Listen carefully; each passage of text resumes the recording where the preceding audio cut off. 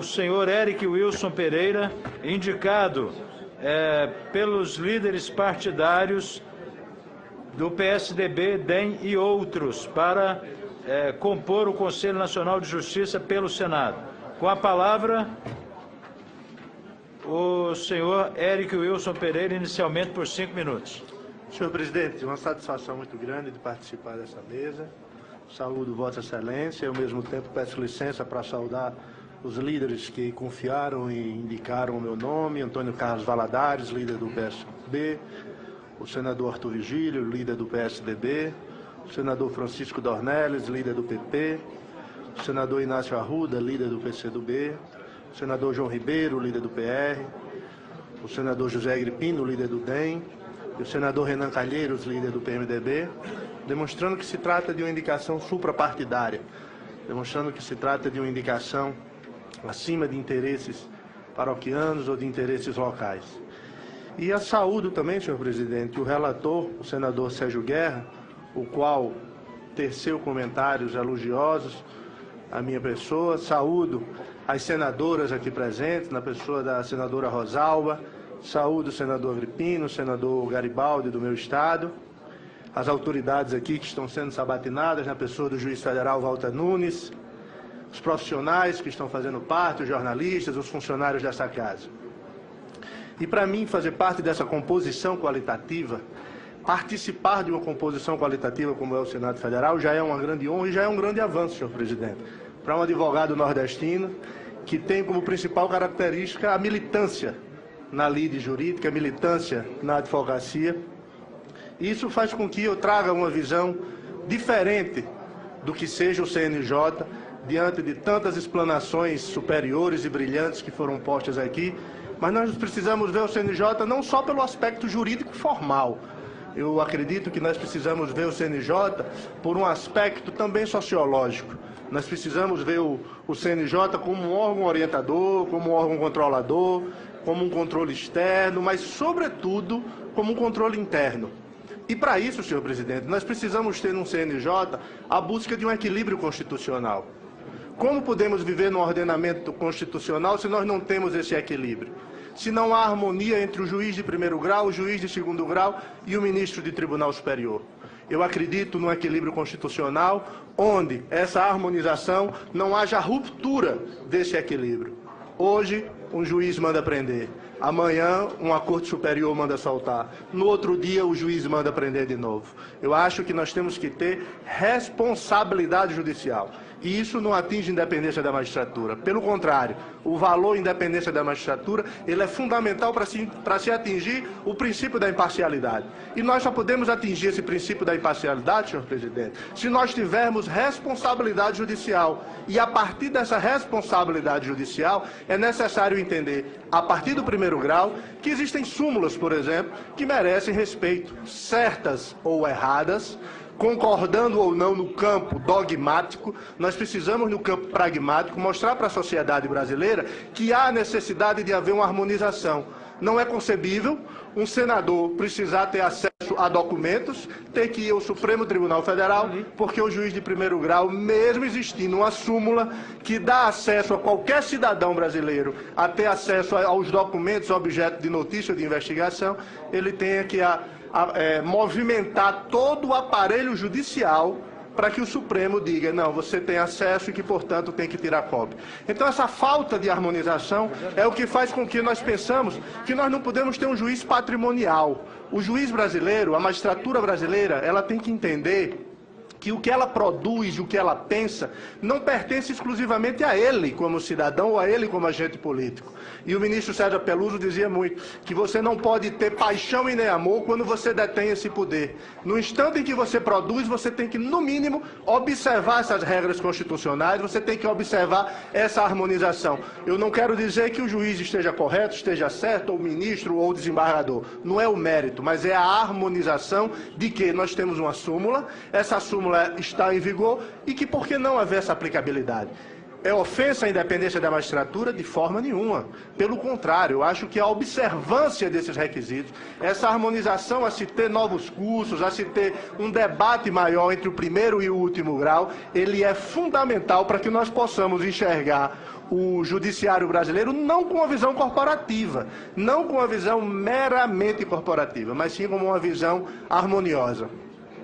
E o segundo ponto, senhor presidente, que eu gostaria de trazer a debate, é que a minha candidatura ela se propõe a ser um elo fundamental entre o pensamento dessa casa, a mais alta casa brasileira do parlamento e da vontade popular e da soberania popular representada através de vossas excelências, mas um elo direto, um elo sem que haja nenhum intermediário a chegar à minha pessoa, caso eu chegue a ser o escolhido perante vossas excelências. Por isso que há um viés de pedido também de voto, nesse momento que estou sendo sabatinado, porque me ponho à disposição de trazer essa necessidade de que dentro dessa composição, não no termo oxigenado, nós escutamos muito essa palavra oxigenada, não é a questão de oxigenação, isso é o que inclusive enfraquece o discurso do Quinto Constitucional, mas dentro dessa paridade, dessa pluralidade que é o Conselho Nacional de Justiça, e ele só é representado dentro dessa paridade, dessa pluralidade, porque nós temos representantes do Supremo, que o Supremo indicou, nós temos do Superior Tribunal de Justiça, nós temos do Tribunal Superior do Trabalho, da Ordem dos Advogados do Brasil, do Tribunal Superior do Ministério Público, e nós temos a paridade legislativa nessa composição simbólica que é a instância legislativa da qual eu me proponho, e já me acho, inclusive, senhor senador, com uma satisfação muito grande desse mês de convívio que tenho estado no Senado e pedido voto a cada um individualmente para poder representar e para poder trazer e levar o que há de anseio que essa casa pretende. É dessa forma, senhor presidente, que eu encerro minhas palavras. Agradeço a vossa senhoria. Com a palavra, o doutor Eric Wilson Pereira, para responder às indagações do senador Eduardo Suplicy e do senador Antônio Carlos Valadares.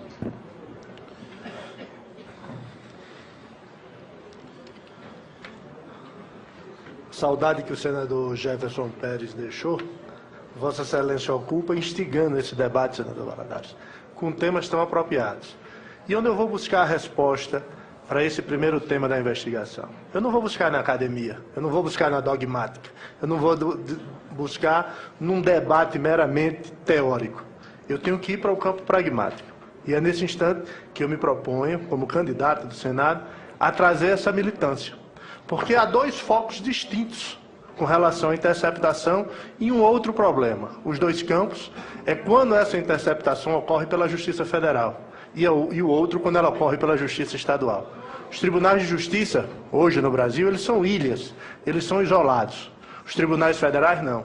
Eles possuem o Conselho da Justiça Federal, que regulou e vem mantendo esse planejamento estratégico. E aí nós temos que lembrar o ministro César Forrocha, que quando corregedor do CNJ, deu um impulso imenso a essa discussão e a essa necessidade de ter no CNJ também um planejamento de gestão e não exclusivamente só uma questão de controle. Então o grande problema que surge, é evidentemente que geralmente ele surge na Justiça Estadual. E esse fato dessa multiplicidade de interceptações, ela gera um outro problema, que é o vazamento dessas interceptações com o fim de prejudicar a imagem de alguém, sobretudo quando se está em ano eleitoral. Vossas Excelências sabem muito mais do que eu, que em ano eleitoral essa dialética entre polícia e interesse político, ele começa a surgir com mais força e o detentor do poder, geralmente o gestor daquele Estado, ele possui uma certa vantagem. Então, qual é o grande cerne de tudo isso? Eu acho que o grande cerne de tudo isso é que a interceptação ela não pode ser como o primeiro meio de prova. A interceptação ela teria que ser como o último meio de prova. Se na instrução criminal eu não tenho elementos suficientes para chegar ao objetivo a que se busca essa persecução, eu passo então a ir para as medidas de busca e apreensão, eu passo para ir para a interceptação. Hoje no Brasil é uma inversão. Hoje no Brasil você inicia o processo trazendo a ideia de que você é condenado. E o princípio da inocência, ele mede o grau de civilidade de uma nação. Então, eu acho que nós podíamos ter, inicialmente, essa harmonização que eu trouxe na minha primeira fala, para que o juiz de primeiro grau, ele passe por uma concepção de que ele é soberano, ele é independente, ele tem que ser imparcial como uma garantia para o cidadão, mas, sobretudo, ele tem que entender que ele é mais um agente dessa harmonização de sistema que não pode ser quebrada, nem pode haver essa ruptura. Então, o que se tem hoje é a banalização dos valores. E essa banalização dos valores gera, geralmente, não só interceptação, 1.100 e não sei quantas interceptações, mas gera também um vazamento propositado a fim de atingir aquele cidadão muito mais por um sentido de impunidade. E nós não podemos deixar o sentimento de impunidade ser transbordado para um sentido de uma condenação prévia contra nenhum agente político ou cidadão brasileiro. Com relação à pergunta do senador Eduardo Suplicy, a quem eu nutro uma admiração profunda pelo trabalho de Vossa Excelência, tenho acompanhado pelos jornais, em que pese a distância da minha terra, mas fiz meu mestrado em São Paulo, fiz meu doutorado em São Paulo e acompanho esses posicionamentos, essa retidão que Vossa Excelência tem nas posições de ontem e de hoje, mantendo sempre, sistematicamente, um pensamento dentro de uma ética. E a partir desse instante é que Vossa Excelência traz dois comportamentos, e esses dois comportamentos surgem por temperamentos absolutamente fortes, dentro de um colegiado onde é natural que haja o extrapolamento para o campo do sentimento.